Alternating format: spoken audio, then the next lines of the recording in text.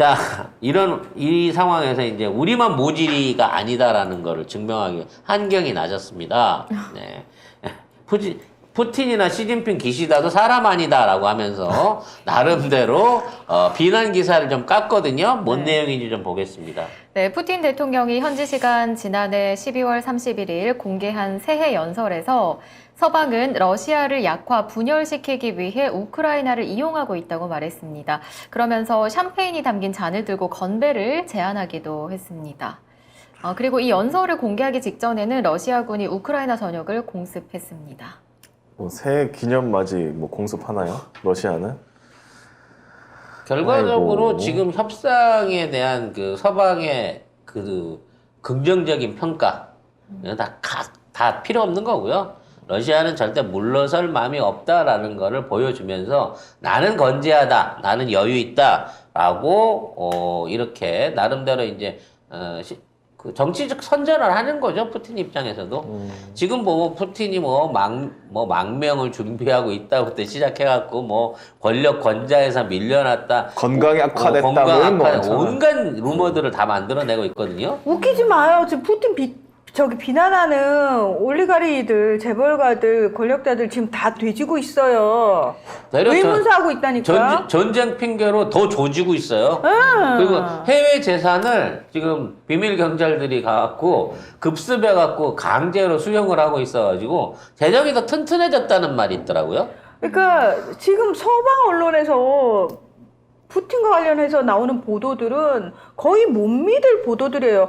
왜냐하면 우크라이나 침공 초기부터 푸틴을 전복하려는 세력이 있다라는 보도가 계속 나왔거든요. 그러면 12번도 더 뒤집혔어야 됐어. 우리나라도 얼마나 보수 언론이 김정은 많이 죽였어. 현송월도 여러 번 죽었지. 심지어 걸음걸이만 보고 저거 중증이라고 이 난리를 치고 그랬잖아요. 윤석열 그런 걸 안 보나 보지? 그러게 왜 우리가 봤을 때 윤석열이 더 위험해 보이는데. 그래서 그런 말이 때문에 김정은 2년 안에 죽는다고. 네. 네. 그런 말도 있어요? 네. 뭐야? 아니 푸틴은 여러 번 죽었다 살아난 나는 95년에 죽었다고 주장하는 사람이야. 지금 있는 도플갱어라고 주장하는 사람이야. 근데 김정은이 2년 안에 죽는다는 등 이런 소리를 하고 있단 말이죠. 근데 이게 지금 김정은이 죽으면 안 돼요. 김정은이 2년 안에 죽을 줄 알아봐봐. 곱게 죽겠어? 안 돼. 살려놓고 일단 손에 든 걸 뺏어야 될 거 아니야. 핵 스위치는 내려놓고 난 다음에 죽어도 죽어야지.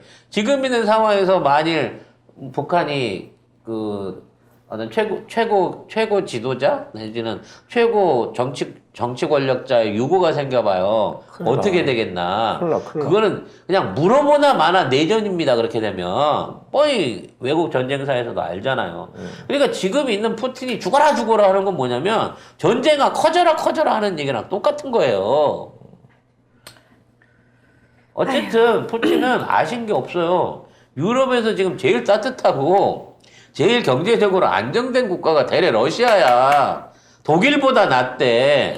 지금 유럽은 초토화 됐어요.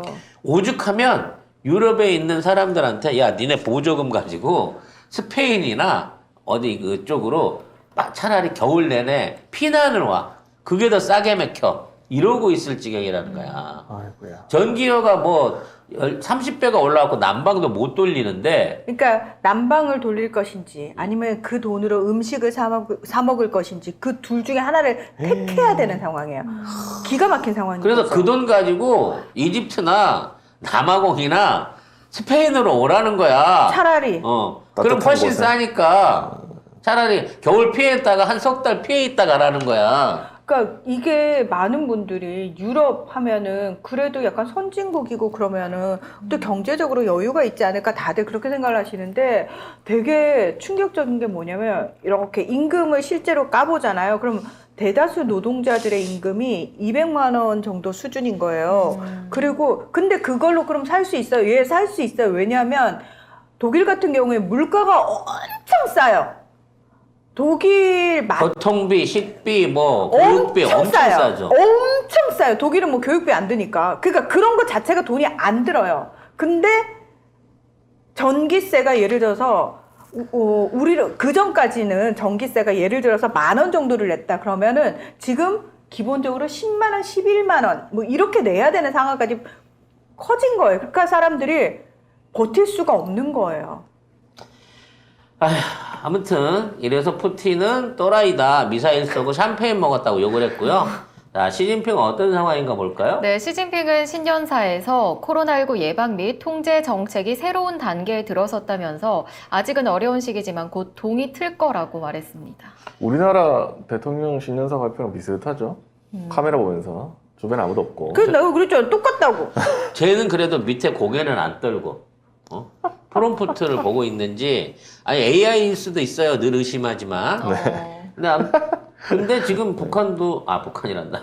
시진핑도 지금 코로나 때문에 굉장히 위험하거든요. 네. 지금 우리나라 입국하는 관광객들 둘 중에 하나가 감염자라는 얘기가 있을 정도로 맞아요. 엄청난 숫자가 실제 감염이 되어 있고요. 그렇죠. 그래서 오늘부터 이제 단기 비자 발급을 거부를 했고 들어오는 사람도 PCR을 하고는 있지만 이미 들락날락한 게 얼만데. 나 일요일 날 아시는 분 회갑잔치가 있어서 대림동 갔잖아. 어마어마해 지금 들어온 애들 지금. 그러니까 그만큼 들어있는 사람들을 통해 갖고 우리가 재감염될 여지는 어떻게 돼 있는지, 변형사항은 어떻게 돼 있는지, 사실 양쪽에서 의료 정보를 굉장히 심각하게 서로 교환해야 되는 거잖아. 근데 중국도 이 집계 발표를 중단해 버렸어. 우리나라랑 똑같이.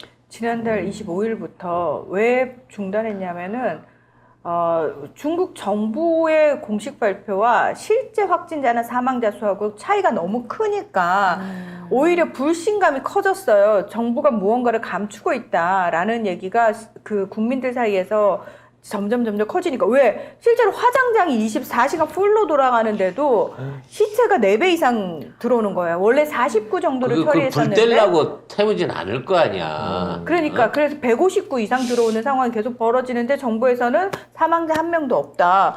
왜 없냐라고 그러면 호흡기 질환, 폐렴 아니면은 코로나19 사망자 아니라고 집계를 하는 거예요. 그러니까 그런 식의 어떤 얘기가 많으니까 아예 25일부터는 우리 발표 안 한다라고 얘기하고, 심지어 그 새로운 변이 바이러스에 대한 연구도 민간에서 못 하겠어요. 그래서 세계보건기구 WHO가 중국 정부를 향해서 공식적으로 발표해라. 그리고 새로운 변이 공개적으로 연구해라 라고 요구를 하고 있지만 중국은 쌩까겠죠. 왜냐면 지금 변이 종류가 처음에는 한 4군데 정도로 나눠져 있었다고 하는데 세부 종목으로 뒤지니까 36개 이상이 지금 보고가 되고 있는 상황이라 사실상 통제 불능인 거고, 약도 안 맥히고 치료제도 안 맥히는 거예요. 그러니까 몸빵으로 하라는 거야. 그래서 지금 우리나라 관광객들이 들어와갖고 우리나라 타이레놀 싹쓸이 할까봐 약국에서 판매 제한까지 걸어놨어요. 약국에서 하남에서 600만 원어치 이상 샀다고 그러니까. 뉴스에 나왔잖아요. 네. 얘네들이 지금 관광 오는 게 아니에요. 약 약 사러 사러. 와, 지금. 전 세계로 약 사러 돌아다녀요. 그런데 왜 제약주가 안 올리는 모르겠어. 아무튼, 예? 아무튼, 오늘 주식시장 열자마자 전 종목이 지금 전부 다 나락이에요. 대한민국 전쟁 가능성 리포터 나왔는데 이게 주가가 버티겠냐고. 못 버티죠. 작년 한 해에만 우리나라 주가 평균 손실률이 25%면, 이게 여러분 25% 손실이면 본전하신 거예요.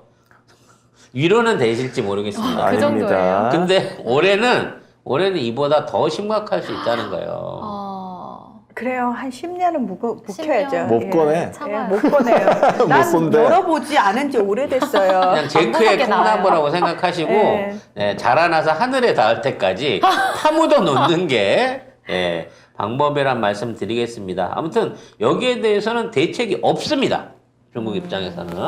오히려 중국은 이 경제 쪽에다가 이제 올 포커스를 그렇죠. 돌렸어요.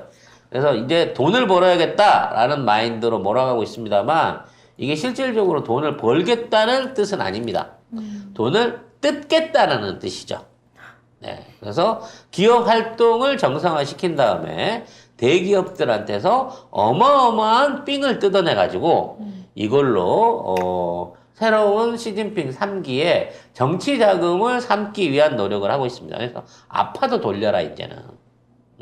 뭐라도 해라 라고 얘기를 하고 있는 상황이라는 거죠. 그래서 지금 이제 중국발 관광객들이 전 세계로 이제 가잖아요. 그렇죠. 중국도 야 들어와 해외 입국자들 이제 우리 격리 안 할게 이런 식으로 하고 있는데 지금 미국, 일본, 뭐 방글라데시, 인도 뭐 난리가 나서 유럽 쪽도 다 걸어 담그고 있는데 그래서 받아야 되냐 말아야 되냐 딜레마에 빠져 있는 거예요. 지금 돈 써줄 사람은 중국 애들밖에 없는 거고. 그래서 독일, 포르투갈, 오스트리아 이런 나라들은 오시라고 돈 써달라고. 일단 와봐. 아니, 뭐 돈이 죽지 사람이 죽겠어? 코로나까지 거 뭐. 이러고 지금 생각하고 그 돈이라도 받았어야 되는 형편이라서 지금 중국발 팬데믹 또 한 번의 전 세계적인 팬데믹이 조만간 있지 않을까 싶어요. 그리고 중국도 못 있는 게 중국도 너무 추워요.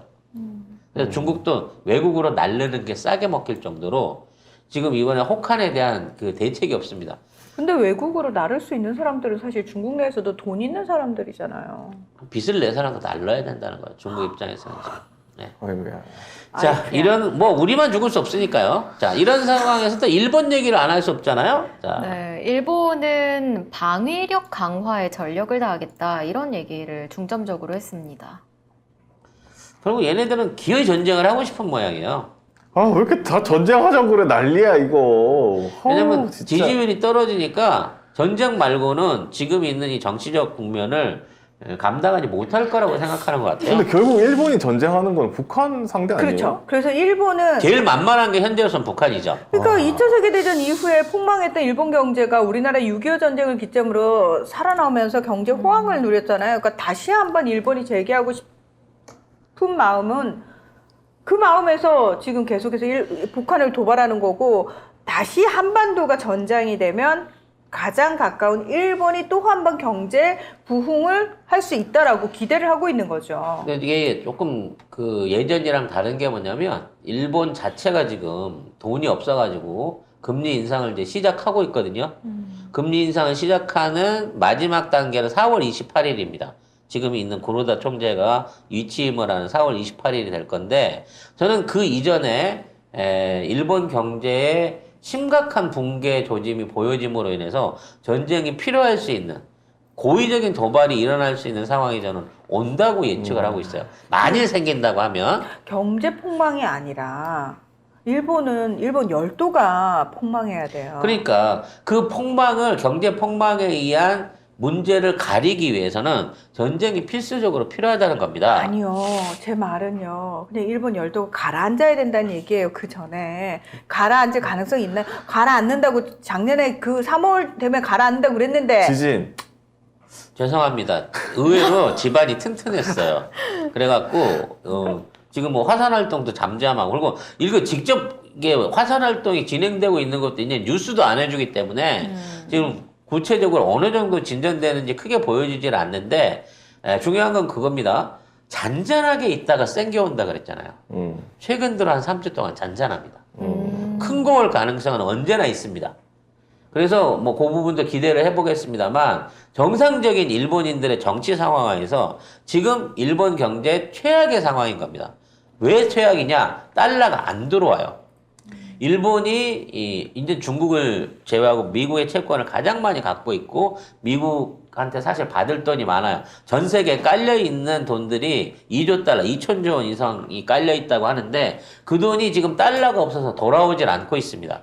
그래서 그거를 가지고 지금 있는 상황에서 이제 미국하고 딜을 치는데 미국이 돈을 주고도 안 주잖아요. 미국한테 돈을 받아낼 수 있는 방법은 이제 딱 하나밖에 없습니다. 전쟁이 나는 거죠. 군수 지원을 받는 겁니다. 일본이 지금 있는 상황을 타개하기 위해서 일부 우크라이나 같은 작전을 쓰는 게 아닌가라는 그런 생각이 들어요. 그러면 일본이 북한하고 전쟁할 수는 없지 않아요? 근데? 전면전은 안 되죠. 왜냐면 피차에서로 상륙이 안 돼요. 네. 북한군도 일본에 상륙을 못하고 일본군도 북한에 상륙을 못하니까 할 수 있는 건 이것들이- 해상전 아니면 미사일. 그러니까 이것도 우리나라 상공을 왔다리 갔다리 하면서 미사일 서로 쏴야 될 거 아니에요. 문제는 지들 둘이만 쏘면 괜찮은데 우리 쪽에서 참전한다고 내 말이. 거기다 그게 보태줬다가는 제일, 진짜 그게 제일. 뭐 북한이 얼마나 있는지 몰라요. 사양이 20기 있단 말도 있고 150기 있다고 하는데 진짜 북한이 핵을 쏘게 만드는 상황을 만들 수 있다는 겁니다. 근데 제가 더 걱정하는 거는 윤이 만약에 살아 있으면 계속 전쟁하고 싶다 이런 식으로 막 얘기를 하잖아요.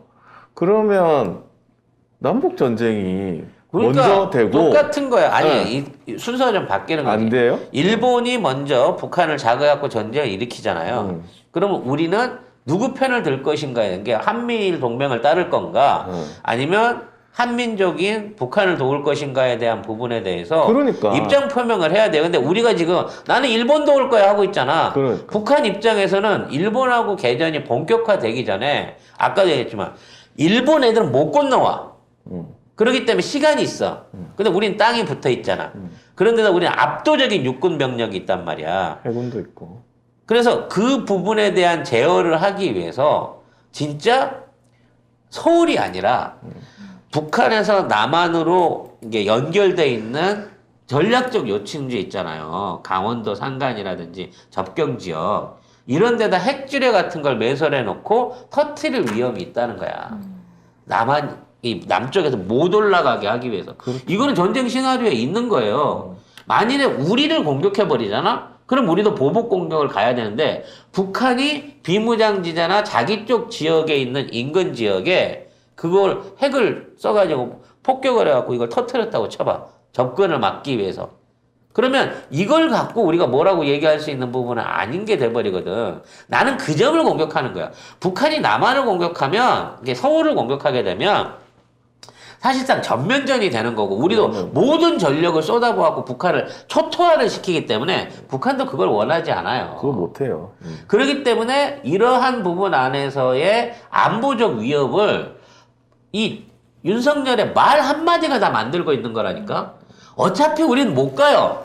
미국이 허락 안 해주면 못 가기 때문에 북한도 그걸 믿고 있어. 미국이랑 손을 잡고 있으면 우리가 선제적인 북침은 못한다는 거를 믿고는 있는데 그래도 이 또라이가 계속해서 말을 이런 식으로 하면 불안감을 없앨 수가 없기 때문에 그에 대한 대비로 사실상 비무장 지역에다가 핵지뢰나 선제 핵폭탄을 소규모로 터뜨릴 수도 있다는 부분을 우리는 생각을 해야 된다는 겁니다. 아유, 이게 이제 너무 새해부터 전쟁 얘기를 하고 있네. 예, 저기